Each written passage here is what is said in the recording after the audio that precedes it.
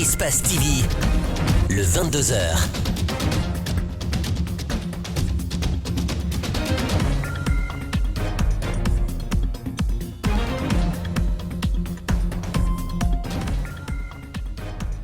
Mesdames et messieurs, bonsoir, merci de nous préférer. Bienvenue dans cette édition d'information dont voici les principales articulations.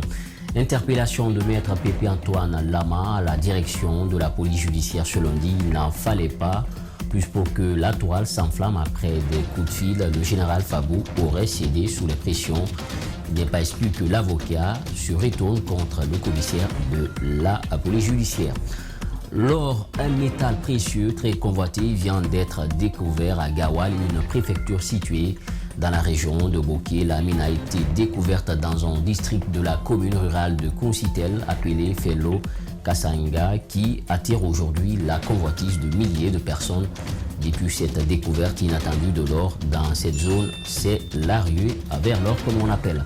Donc vous aurez les détails dans un court instant de la rédaction. Avant, l'époux était choisi dans la plupart des cas par les parents. De nos jours, les jeunes ont pris cette relève car selon eux, il faut d'abord connaître son partenaire avant la célébration du mariage. Cependant, ces unions sont très fragiles de nos jours. Quelles sont les raisons de cet état de fait? Vous aurez les réponses dans cette édition d'information. C'est tout pour les titres. Le développement, c'est dans un court instant. Pour une fois encore, bonsoir. Merci de nous rejoindre dans cette édition d'information. Y a-t-il une crise au sein de l'Union des forces démocratiques de Guinée? La question se pose déjà depuis la publication d'une tribune signée par 3 ou 4 du parti en détention à la maison centrale de Conakry, pendant que l'UFDG reste ferme sur sa décision de ne pas aller au dialogue. Certains cadres du parti viennent de montrer eux aussi leur intention de dialoguer avec le pouvoir pour une sortie de crise. André Moussi-Bilimono, Aboubakar Bangora pour plus de précisions. Après la tribune de Sello Baldé, Ousmane Gawal et Chérif Bar, tous favorables à un dialogue, c'est au tour de Fodé Mariga de montrer sa solidarité à cette tribune. Il invite à son tour le parti à dialoguer. Malgré les avis de ses militants, l'UFDG reste ferme sur sa position. Mais pour ce cadre du parti, sa formation politique n'est pas en crise. Les gens pensent que le fait qu'il y a divergence, il y a crise, il n'y a pas crise. Nous restons constants sur notre position. C'est qu'on a des objectifs ailleurs. Ces objectifs sont entre autres les différentes questions judiciaires sur lesquelles nous sommes par rapport à la libération de nos prisonniers politiques. Il y a la question de notre siège, que cette question de dialogue précise ne nous concerne pas. Selon le responsable adjoint de la cellule de communication du parti, l'UFDG est un parti qui prend en compte les avis de ses militants pour déterminer la position définitive du parti. Une consultation pourrait avoir lieu si les appels au dialogue se multiplient davantage au sein du parti. Si à l'issue d'une consultation que la base nous oriente vers cela, il n'y a aucun problème. Parce que nous sommes un parti démocratique. Lorsqu'il s'agissait de consulter les gens sur notre participation aux élections présidentielles, nous avons fait une consultation. Les résultats ont été rendus publics. Nous avons fait une convention. Donc c'est tout à fait démocratique. La question d'aller au dialogue n'est pas non plus à l'ordre du jour à l'ANAD, allié politique de l'UFDG. Dans une autre tribune, Étienne Soropogui, membre de cette coalition en détention également, n'est pas non plus favorable au dialogue. Diabati Doré partage son avis. C'est vrai, le pays a besoin de dialogue. Et personne n'a dit au sein de l'ANAD ou à l'UFDG qu'on rejette catégoriquement. Mais quand tu prends la jeunesse des choses, je peux dire dans le passé, la Guinée a connu pendant 10 ans plus de 5 dialogues. Mais ces conclusions sont où? Les conclusions de ce dialogue aujourd'hui se trouvent où? Au tiroir de Sékou Touré. Mais c'est un monsieur Alpha Condé, s'en fiche des Guinéens, s'en fiche du dialogue. L'UFDG invite leurs militants incarcérés à resserrer les rangs, car seule l'obtention d'un procès juste et équitable pourrait permettre leur libération. Cette brève interpellation de maître Pépé Antoine Lama à la direction de la police judiciaire ce lundi, il n'en fallait pas plus pour que la toile s'enflamme après des coups de fil. Le général Fabou aurait cédé sous les pressions. Il n'est pas exclu que l'avocat se retourne contre le commissaire de la DPJ, Mamadou Sayou Baldé. Ibrahima Souri Kamara se sont intéressés à ce sujet. Écoutez. Son client qui a détourné mon conteneur est arrêté depuis jeudi passé. Ce n'est nullement à cause du dossier DK que Maître Pépé a été privé de sa liberté pendant 37 minutes. C'est plutôt une plainte qu'un citoyen aurait formulée contre un dossier qu'il défend. Maître Pépé est venu, il s'est arrêté, il dit « Hey, Kaba, calme-toi, ici c'est la police judiciaire ». Et 5 minutes après, Pépé, on l'a appelé de venir, il est parti avec commissaire Mature. Tout se serait passé entre Iya Cissé et les frères Kaba à cause des conteneurs. Les deux parties sont à couteau tiré et la DPJ devrait tirer l'affaire au clair. Moi, j'ai porté plainte contre Alpha Cabinet Kaba et Sekou Kaba. C'est dans ça, Alpha Cabinet Kaba a parlé au nom de Pépé. C'est son avocat. Invité au bureau du général, tout se serait vite passé. Je ne sais pas ce qui se passe à l'intérieur là-bas. Il ne sait pas ce qui s'est passé dans le bureau, mais celui qui a subi en sait davantage. Il me dit non, que je ne bouge pas de là. C'est en ce moment que j'ai vu que les choses devenaient sérieuses. J'ai avisé mon bâtonnier et certains membres du conseil de l'ordre. Le bâtonnier a appelé le général Fabou, qui lui a fait savoir que je n'étais pas retenu et que je pouvais vaquer à mes affaires. Alors je me lève pour sortir. Le commandant vient s'interposer pour dire comme quoi j'ai reçu des instructions de ne pas te laisser partir. Et là, pendant ce temps, j'étais au téléphone avec un confrère de l'autre côté qui a tout attendu. J'ai alerté, n'est-ce pas, le bâtonnier qui est venu en groupe. Et devant le bâtonnier, le général Fabou a transformé les faits. Il a même fait savoir que tout est enregistré. Alors, on lui a demandé de projeter au moins, il ne serait-ce que la vidéo de sa caméra surveillance, de telle heure à telle heure. Il n'a pas été en mesure de le faire. L'avocat souligne que des antécédents existent entre le commissaire et lui dans plusieurs dossiers. Cette fois-ci, il pourrait se retourner contre le général Fabou. Il se pourrait que vous portiez plainte contre lui? Ce n'est pas exclu. En attendant, il prend l'opinion à témoin contre tout ce qui pourrait lui arriver. La Guinée a enregistré plus de 40 cas de paralysie flash aiguë chez les enfants au courant de l'année 2021, d'où la nécessité pour les autorités sanitaires de mettre en place une vaste opération de vaccination dans le pays des enfants contre la polio, dont l'âge varie entre 0 à 5 ans dans le pays, quelques jours après le lancement des opérations de vaccination contre la poliomyélite. 160 363 enfants ont été vaccinés dans la commune de Matoto. Suivez le passage des agents vaccinateurs dans les foyers et établissements d'enseignement public et privé dans ce reportage signé Ali Badara Kamara et Ibrahima Souri Kamara. À Matoto, 159 258 enfants sont ciblés par ces opérations de vaccination contre la poliomyélite. 4 jours après le passage des agents vaccinateurs dans les différents quartiers de la commune, 16 363 enfants ont été touchés. Pour accélérer la vaccination, 3 chefs de quartier sont déployés dans chaque centre de santé pour servir de guide aux agents vaccinateurs en cas de réticence. À Simbaya ce matin, une équipe composée d'un agent de santé, un conseiller et un agent de la mobilisation sociale a sillonné quelques foyers de ce quartier. Il y a eu au moins 46 cas de polio en Guinée. Les 46 cas de polio en Guinée, ça représente un danger pour la population, pour la Guinée. Ça, c'est pour éviter les paralysies flash aiguës.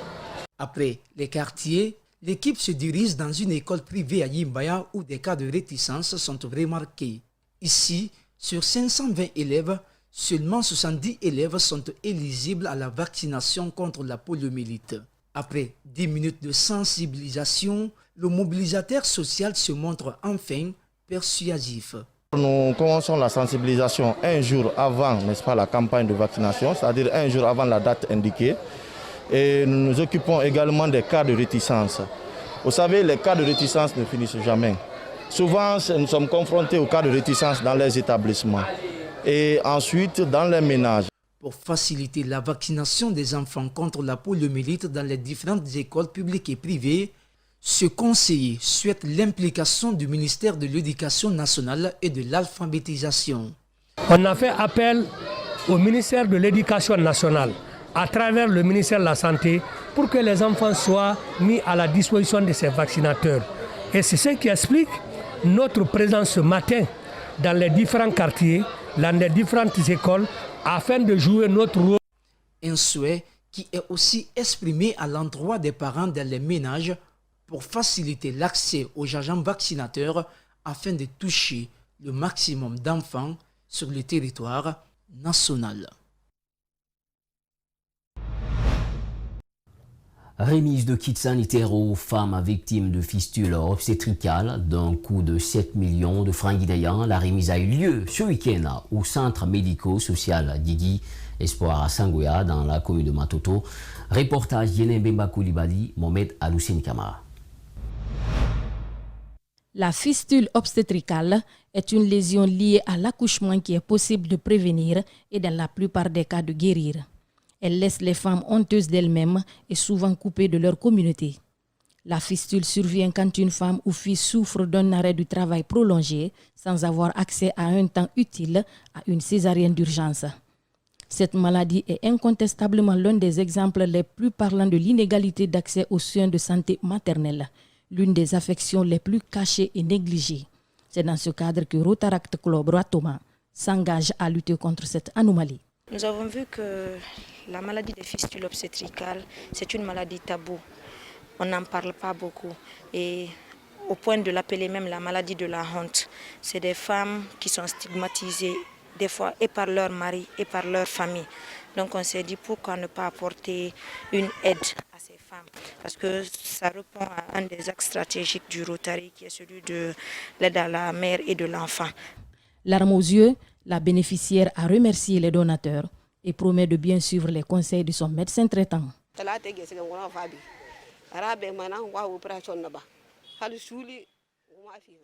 Depuis que j'ai commencé le traitement, je n'ai rien payé.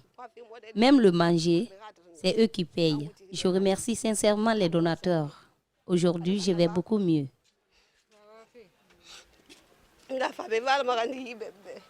Le président de l'association guinéenne contre la fistule obstétricale s'est réjoui de ces dons et lance un appel aux personnes de bonne volonté à emboîter le pas à ses donateurs. Ce que ça représente pour nous, c'est très important.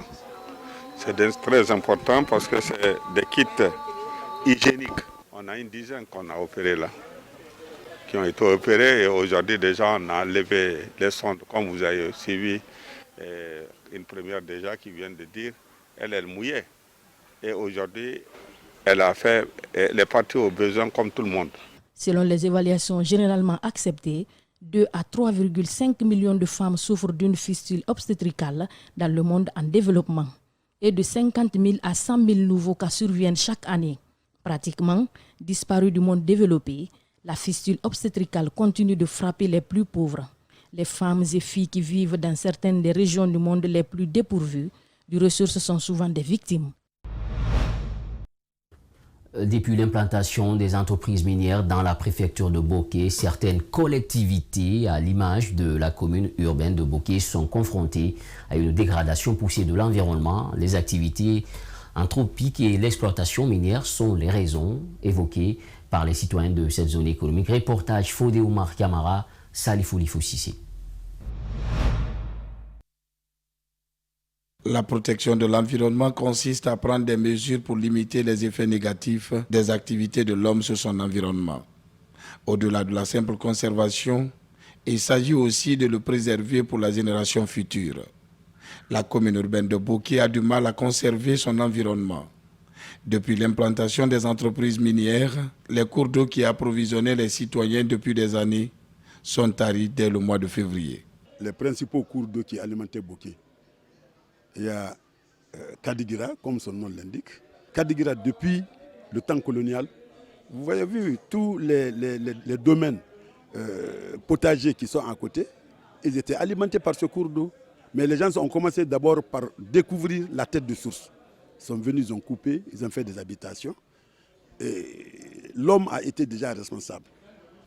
De Kadigira, en passant par Batafon et le Tingilinta, un des affluents du Rio Nunez continue à subir les effets drastiques pendant la saison sèche à cause de la mauvaise exploitation de l'environnement. Quand vous prenez Batafon dans son histoire, vous allez Batafon est à gauche. Ça, c'est un cours d'eau qui est indépendant de la Tingilinta. Parce que la Tingilinta et la Batafon, c'est les deux qui se jettent sur le Rio Nunez qui est le bras de mer. Donc c'est pourquoi vous avez le nom de Baralande. Le village est issu de la rencontre de 3 cours d'eau, Batafon, Tingilinta et le Rio Nunez. La rencontre des 3, le village Baralande a pris le nom sur cette base parce que la préfecture de Boké est progressivement menacée à travers son environnement. Plusieurs raisons sont évoquées. La déforestation abusive au profit des plantations, les feux de brousse, sans compter des machines tronçonneuses qui fleurissent partout dans les collectivités rurales de la préfecture. En matière environnementale, nous avons d'abord des constats très amers. C'est la coupe abusive au niveau des têtes de source et qui constitue le problème essentiel. Et ensuite, nous avons les berges des cours d'eau qui sont complètement défrichées par certains cultivateurs pour faire de maigres cultures. Et à part ça, il y a les tronçonneuses qui font leur activité de façon clandestine pour abattre des arbres afin de les mettre sur le marché. Dans ce fleuve qui sépare la ville de Boké au quartier Korira, une déviation a été faite par la société minière de Boké pour le passage des gros porteurs. Ce passage est transformé au lavage automobile. L'eau est bloquée en amont et en aval complètement sec. En réalité, la préfecture de Boké étant la convoitise des sociétés minières, le respect des normes environnementales doit attirer l'attention des autorités du pays pour éviter la ligne rouge de la sécheresse à l'avenir. L'or et métal précieux très convoité vient d'être découvert à Gawal, une préfecture située dans la région de Boké. La mine a été découverte dans un district de la commune rurale de Kousitel appelé Felo Kassanga qui attire aujourd'hui la convoitise de milliers de personnes. Depuis cette découverte inattendue de l'or dans cette zone, c'est la rue entre Kousitel et le village de Alfaya. On a du mal à reconnaître ces lieux jadis déserts. À Gawal, une crise de logement se fait ressentir, l'exode impressionnant. Alpha Ouslanba signe cette correspondance.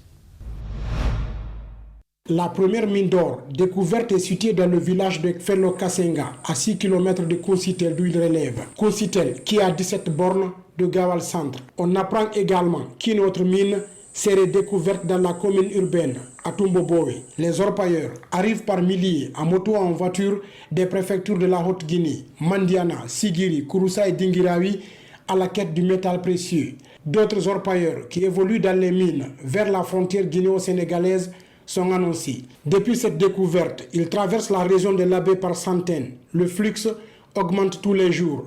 Dans les mines, les orpailleurs ne cachent pas leur satisfaction. Actuellement, l'exploitation se fait sans trop d'efforts. Attention, ils sont hostiles à la caméra. Filmer leur activité, d'accord, mais eux, non. Dans la mine, nous rencontrons la mine Magasuba, venue de Sigiri, qui a récolté 9 grammes entre 16h et 17h, de l'or qu'il manie à travers sa balance qu'il tenait par la main. Mais il n'a pas voulu faire assez de commentaires. Il indique juste qu'un gramme coûte 400 000 francs guinéens sur place. Il accepte la prise de son, mais pas la caméra sur son visage. Moi, je viens avant-hier. Guinée. Et comment ça se passe sur le terrain? Nous sommes à l'air là, nous sommes en l'aise. On n'a pas de dérangement, franchement dit. On travaille comme on vit. Les premiers sont arrivés dans la zone quelques jours avant le mois de Ramadan. Ils sont des centaines à marquer une pause au rond-point de Kousitel. Ils comptent tous se rendre à Felo Kasenga pour se lancer à leur tour dans l'exploitation. La ville de Gawal refoule du monde. De loin, on aperçoit les orpailleurs par groupe, le long des routes en quête de logement. Au moins les 8000 arrivées sont enregistrées, ce qui fait que les logements posent problème, confie un officier de police. Notre arrivée a coïncidé à l'heure de la fermeture de la mine. La police, la gendarmerie et l'armée quadrillent la zone et obligent les orpailleurs à rentrer à Gawal Centre ou à Kousitel. Aujourd'hui, beaucoup craignent les conséquences désastreuses de cette exploitation sauvage. À Sigiri, cette course à l'enrichissement occasionne souvent des drames. Pire, on enregistre un taux d'abandon scolaire très élevé et des débauches jamais connues dans les grandes villes. Bonsoir la police. Bonsoir. L'ONG Agir contre le réchauffement climatique a organisé ce week-end à l'occasion de la Journée mondiale de l'environnement célébrée sous le thème « La restauration des écosystèmes », une session de formation à cet effet à l'Université Kofi Annan de Guinée pour mieux sensibiliser les populations. Antoine Dédé Onivogui, à Lucien Camara pour le compte-rendu. Cette conférence qui intervient au moment où l'humanité célèbre la Journée mondiale de l'environnement est pour Akorek une opportunité d'interpeller, sensibiliser et conscientiser les Guinéens sur les conséquences de la dégradation de l'environnement. En tant que défenseur de l'environnement, il est nécessaire, selon son directeur exécutif, d'initier cette conférence débat. Il ne s'agit pas d'agir seul. Nous sommes une organisation, mais nous ne voulons pas agir seul. Nous voulons impliquer l'ensemble des citoyens. C'est pourquoi nous avons fait appel aux jeunes, pour que ces jeunes soient l'ambassadeur au niveau de leur communauté. Donc notre objectif, c'est de faire participer tout un chacun, parce que le changement climatique touche tout le monde. La dégradation de l'environnement impacte tout le monde et impactera tout le monde si rien n'est fait dans les prochaines années. L'ONG, en plus du challenge Un anniversaire, un arbre, travaille déjà pour susciter plus d'actions écologiques positives au niveau national afin d'attirer l'attention du public sur les problèmes environnementaux. C'est au village qu'on fait l'agriculture, et s'il n'y a pas d'eau, l'agriculture ne peut pas donner. Donc ça peut impacter tout le monde. Raison pour laquelle nous avons initié aussi ce challenge. Et tout dernièrement, on a lancé un autre projet qu'on a appelé éducation environnementale, qui consiste aussi à sensibiliser, parce que au niveau de la lutte contre le changement climatique, il y a deux aspects. Soit c'est la résilience, mais aussi l'adaptation. Mais tout ça, il faut faire appel aux gens, parce que ça peut toucher tout le monde. Des panels d'échange sur l'écosystème ont permis aux participants d'en savoir davantage. J'ai appris beaucoup de choses. La protection de l'environnement, c'est un enjeu qui nous interpelle tous. J'ai écouté deux conférenciers qui nous ont donné beaucoup d'informations, qui ont fait sortir des éléments sur lesquels nous devons nous baser pour participer à la protection de l'environnement. Ils nous ont expliqué toutes les lois dont le pays dispose dans le cadre de la protection de l'environnement. Ils ont aussi fait cas des manquements de ces lois et ils ont interpellé tous les participants par rapport à leurs droits, à leurs devoirs dans le cadre de la protection de l'environnement. Guerre d'ego ou bicéphalisme dans les mouvements syndicaux de l'éducation en Guinée, ou encore des négociations liées au paiement des primes d'incitation aux enseignants. Voilà des sujets abordés samedi à Zérékouri par le bureau exécutif national du syndicat national de l'éducation. C'était à la faveur d'une rencontre avec les enseignants de la région forestière. C'était dans la salle de conférence de la bibliothèque préfectorale de Zérékouri. Le point avec notre correspondant régional Alexis Collier.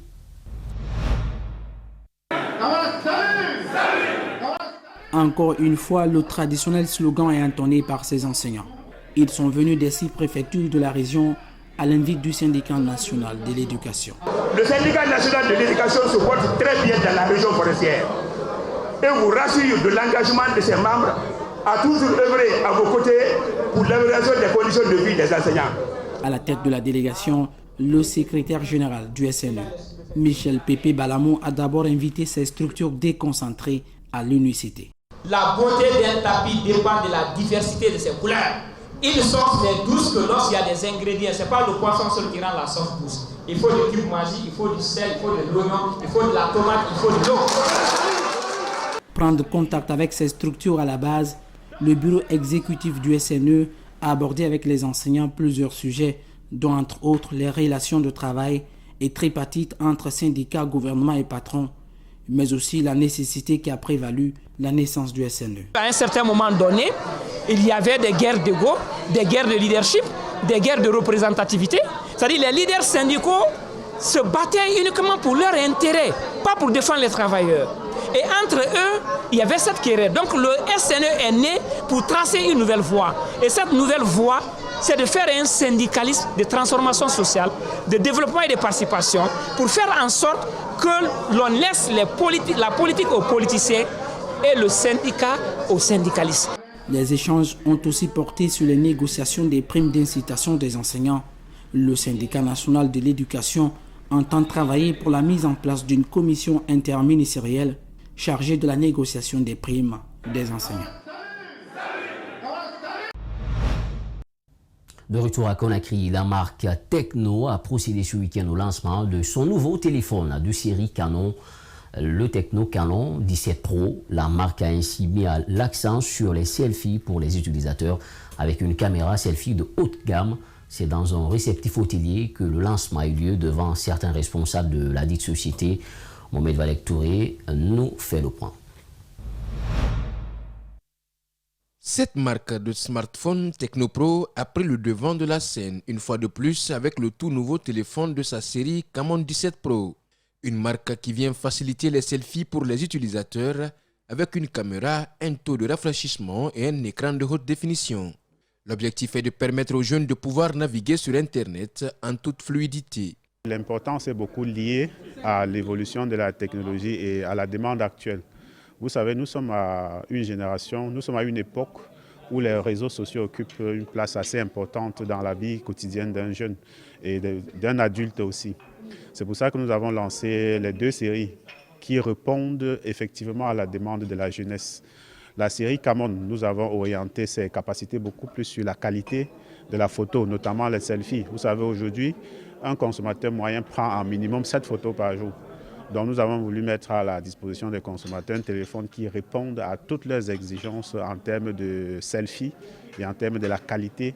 Avec des selfies de 64 mégapixels en photo plus 4 caméras, du point de vue de l'image, le téléphone est testé par des experts permettant aux utilisateurs de gérer leur propre image, ce qui fait la valeur du selfie. Nous avons été choisis en tant qu'experts. Quand vous faites du digital, en fait, l'image est un des moyens par lesquels vous communiquez.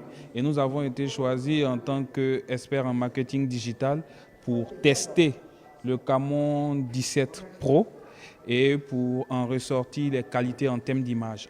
L'écran FHD de 6,8 pouces offre une clarté incomparable et constitue un véritable régal pour les yeux. Chaque bord semble plus net et les couleurs plus éclatantes. Nous communiquons sur les panneaux, sur les réseaux sociaux à travers nos KOL.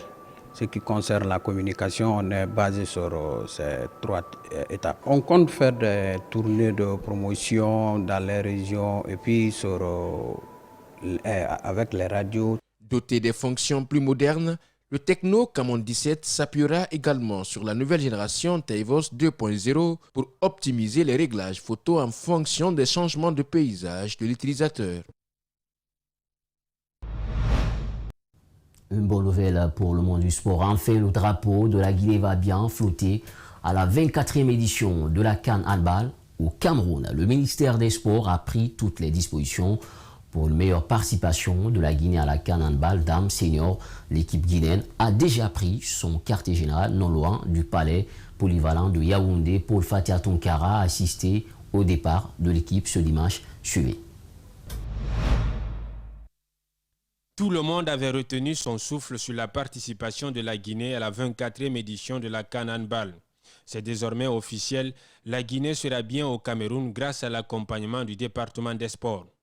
Partie de Conakry à 17h, la délégation du Sili Handball est arrivée au Cameroun dans la nuit du dimanche 6 juin au lundi 7 juin.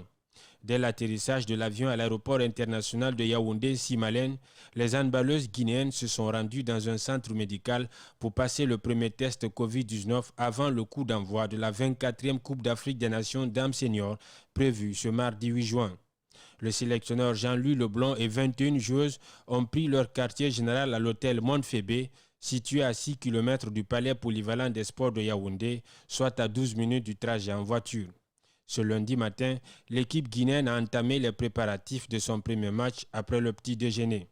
Une rencontre est prévue entre le staff technique et les handballeuses. Pour rappel, la Guinée affrontera la Tunisie le mercredi 9 juin 2021 à 17h, temps universel, au palais polyvalent des sports de Yaoundé.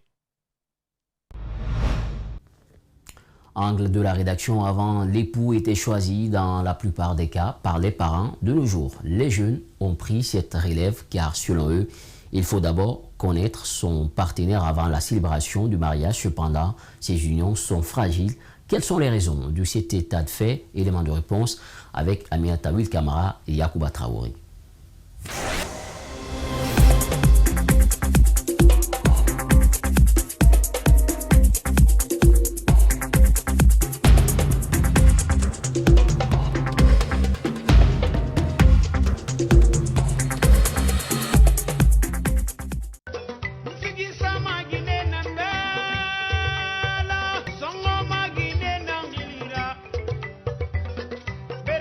Una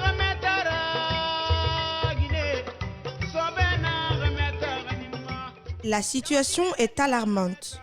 Le mariage est devenu de nos jours une simple célébration. En cause, selon le frère Robert, c'est l'immaturité et le fait que les deux prétendants ne prennent aucun temps pour mieux se connaître. Dans la Bible, c'est dit que quand une femme se marie à un homme et qu'il divorce cet homme pour aller épouser un autre homme et commet l'adultère, tu vois, ne sont pas mûrs. Parce que le mariage, il y a deux préfixes, je peux le dire comme ça, mari et âge, n'est-ce pas? Lorsque tu n'as pas l'âge, il ne faut pas se marier. C'est-à-dire, une année, 2 ans, 3 ans qui n'arrive pas à procréer, qui est accusé? C'est la femme. Donc tout ce qui est mauvais, c'est vers la femme. Mais est-ce que l'homme aussi se pose cette question? Est-ce que l'homme se culpabilise pour dire que qu'est-ce que je fais pour mon foyer? Dans Proverbe au chapitre 18, le verset 22, Dieu dit que celui qui trouve une femme, qu'il a trouvé du bonheur, que c'est une grâce qu'il a obtenue de Dieu. Ils sont nombreux les artistes qui œuvrent pour le vivre ensemble en Guinée, surtout pour les couples mariés. Mais hélas, le constat reste amer. Les religions qui sont, par exemple, dans notre pays, aucune de ces religions ne facilite le divorce. Tellement, c'est pour dire combien de fois le divorce n'est pas conseillé. Que le divorce est très, très néfaste, surtout au moment où, dans le mariage, il y a eu des enfants. Parce que la conséquence réelle s'abat sur les enfants. Parce que quand il y a divorce, il y a forcément... On passera à la garde des enfants à un d'entre eux. Soit monsieur, si l'enfant a plus de 7 ans, soit la femme, si l'enfant a moins de 7 ans. Et quand c'est le cas, forcément, les enfants vont vivre d'un côté comme orphelins de quelqu'un. Hors micro, beaucoup sont ceux qui se disent mariés sans remplir les conditions de forme et de fond du mariage. Cela, qu'il soit sur le plan civil ou religieux. Dire que le contrat de mariage est un contrat à durée indéterminée. En droit guinéen, on ne se marie pas pour se quitter 2 jours ou à 6 mois ou quelques années. Soit c'est par le divorce, soit la mort de l'un des époux, ou c'est la séparation de corps qui va se transformer en plein droit concernant le jugement de le divorce. La jeunesse est tout simplement victime d'une excitation en voyant d'autres mariés. Nous confie un citoyen qui a préféré garder l'anonymat. Cette jeune fille ne préfère pas le choix des parents. Je préfère choisir mon mari. Pourquoi? Parce que c'est comme ça, je veux. Les parents ont raison parce que si tu vois que les parents ont choisi ton mari, c'est parce qu'ils savent que ce monsieur saura bien prendre soin de toi. Il y a 2 choses. Quand un mari est choisi par la famille, il se peut que moi, je ne sois pas d'accord avec la famille. Mais s'il y a des bonnes choses, par exemple, le mari il est responsable, je peux accepter le choix de ma famille. Mais si c'est le cas contraire, je préfère chercher mon mari.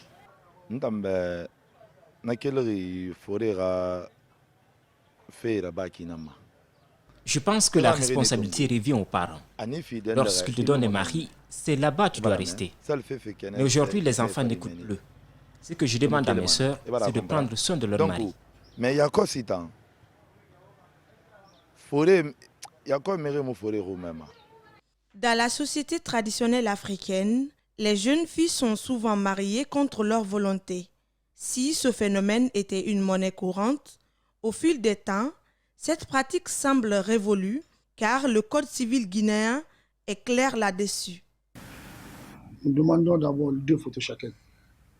Parce que les 2 photos nous permettront de faire la publication du banc. Vous savez, la loi dit avant le mariage, il faut 10 jours de publication de banc. Il y a des femmes, des hommes qui sont sous le mariage, sous le contrat. Jusqu'à présent, il n'y a pas de divorce, quoi.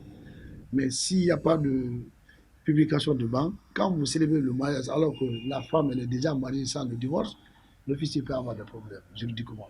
Nous avons aussi la visite prénuptiale du couple. Ça, c'est cette visite prénuptiale que les gens négligent, mais elle est nécessaire et indispensable dans la vie du couple. Pourquoi? Parce que ça te permettra de connaître non seulement si le couple, si l'un n'est pas affecté par n'importe quelle maladie. Ça vous dira aussi si vous êtes apte, vous pouvez faire des enfants. Aujourd'hui, difficile de voir des jeunes couples tenir plus de 5 ans. Lorsqu'une femme se marie, tout ce qui t'arrive là-bas, c'est le destin. Car la place d'une femme, c'est au foyer, auprès de son mari.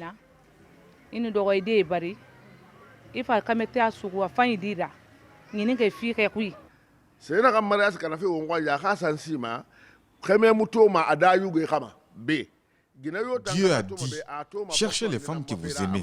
Ce qui fait que les mariages ne tiennent plus, c'est parce qu'on ne choisit plus l'homme pour son comportement, mais plutôt la profession. Si tu aimes quelqu'un pour ce qu'il fait et non pour ce qu'il est, votre union ne va pas durer. Épousez une femme pour 4 choses. D'abord, pour sa beauté, pour ne pas regarder la femme d'autrui. Deuxièmement, sa famille. Troisièmement, son éducation. Et enfin, sa religion.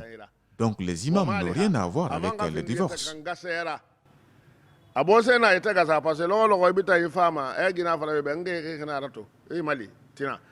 Le vivre ensemble est à la portée de celui qui en fournit le fort, bien que la coexistence entre les hommes ne soit pas de plus facile. Voilà, c'est la fin de cette édition d'information. À la régie, il y avait Cheikh Oumar Kaba, Alia Kamara, Lamine Sidibé. Ils sont toujours constants, ces hommes de l'ombre. On ne les oublie pas.